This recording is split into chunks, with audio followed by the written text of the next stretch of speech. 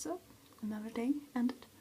And I just started to realize that I actually was a bit tanned this summer, even if I didn't see it much. But now I'm starting to get my normal winter color, or most of the year color, because we don't have much sun in Sweden. Or we have sometimes, but we don't get very tanned in Sweden because, yeah, it's Sweden. And far enough away, up, what, yeah, very cold. Anyway, so looking like a ghost, something like that. Okay, that's how I look, so that's okay. I guess I got some really good news today, and it's I heard from my boss. I got the job I wanted. I got it back. As I talked about before, the union was involved and so on, and they helped me solve this. So now I'm going back where I wanted, to the kids I wanted, to the preschool I wanted, and to the colleagues I absolutely love. So it's gonna be so nice. It's gonna be wonderful. So as soon as Ro is well enough to go back to preschool and everything works with her medication, it's still an issue. When it does, I will go back to my work, and I'm really excited about it. I already looked at some projects I want to do with the children and so on. It's like I have this on-off button, and when she told me I can't be at that preschool where I really want and so on, it was like turning the off button, like I won't do anything. And when she turned that on, I got like all of those ideas again, because that's how I am, and it's full of ideas, and I guess I'm a quite creative person overall. And next weekend it's Halloween, or not actually a weekend, but it's, yeah, we're gonna celebrate it on the weekend. I think most people in Sweden do, because it's not such a big thing in Sweden, but it's nice, and like, you know, nice time to get together and eat the candy. I have tried to do some decoration, and I'm not so much into spiders and skulls and horror things and so on. I think it's nah, it's not my thing. I don't really get the point of it. I do if I have kids who think it's funny, but otherwise it's not like not my thing. But I started to do crotch. Yeah, you know, grandma almost. I crotch those. I don't know how you pronounce it. If you just read how it's spelled, it's I think it's just Pennetspanner, something like that.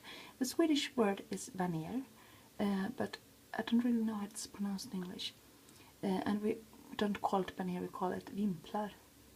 But this would be like triangles on a rope.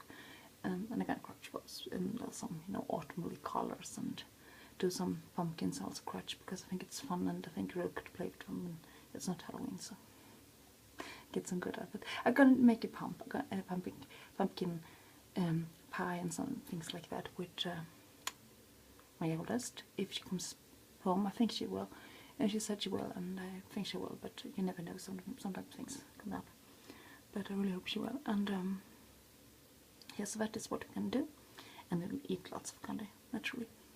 And I'll see if I manage to gather my family here for some dinner next weekend, and if not, I hope to gather some friends at least and have a nice time. So that's pretty much what's going on. And as I said before, Ro is still ill, and we still don't have a refrigerator and freezer. And this man, landlord, is coming to, or it's actually not the landlord, it's the handyman hired by the landlord. He's coming to check my refrigerator tomorrow. Yeah, so being without a refrigerator and freezer for Friday, Saturday, Sunday, Monday, and coming Tuesday morning, and he thinks he needs to replace it. And if I know him right, it's gonna take a few more days, and I'm so tired of this now. I try to stretch things out at the balcony, but it's a little bit too warm for it, so I think I need to throw things away anyway, and it's, yeah, not what I needed right now. So yeah, a lot of those, you know, everyday things going on. And oh, I tried to clean the stove today, and I had this, I didn't have it as that, but it's been in this apartment for about 30 years. I had it for 20, And when I moved in for 20 years ago or 19 years ago, you wasn't able to clean it completely because there are some like cracks in it that things get stuck in. And this is going on for 19 more years, and I clean it and clean it and clean it and clean it, and I get absolutely mad at it in the end because I can't get it perfectly clean, and I hate it. It is not my fault. I mean, it was like that when I moved in, and the people living here before me was promised a new stove, but we never got one, and I probably never will get one. I will maybe switch it when I move out someday. But anyway, I've tried 4 different cleanings, and it's a typical me also, because I asked my friends at Facebook, like, do you have cleaning tips for the stove, something new I haven't tried, and we got 4 different tips, and started trying all this on this, each corner of the stove, and none of them worked. But it was interesting, and it's like, oh no, it's not interesting for anybody else, but I think it was interesting to watch those products and think, like, how much have I spent on this stove? I mean, probably had cost less to just buy a new one than trying to fix this for all those years, but it's not mine, and I'm not allowed to replace the stove. It has to go through the landlord and the handyman, and they are not interested in replacing it because it would cost them money, and they don't care if it's dirty or not. So yeah, fun.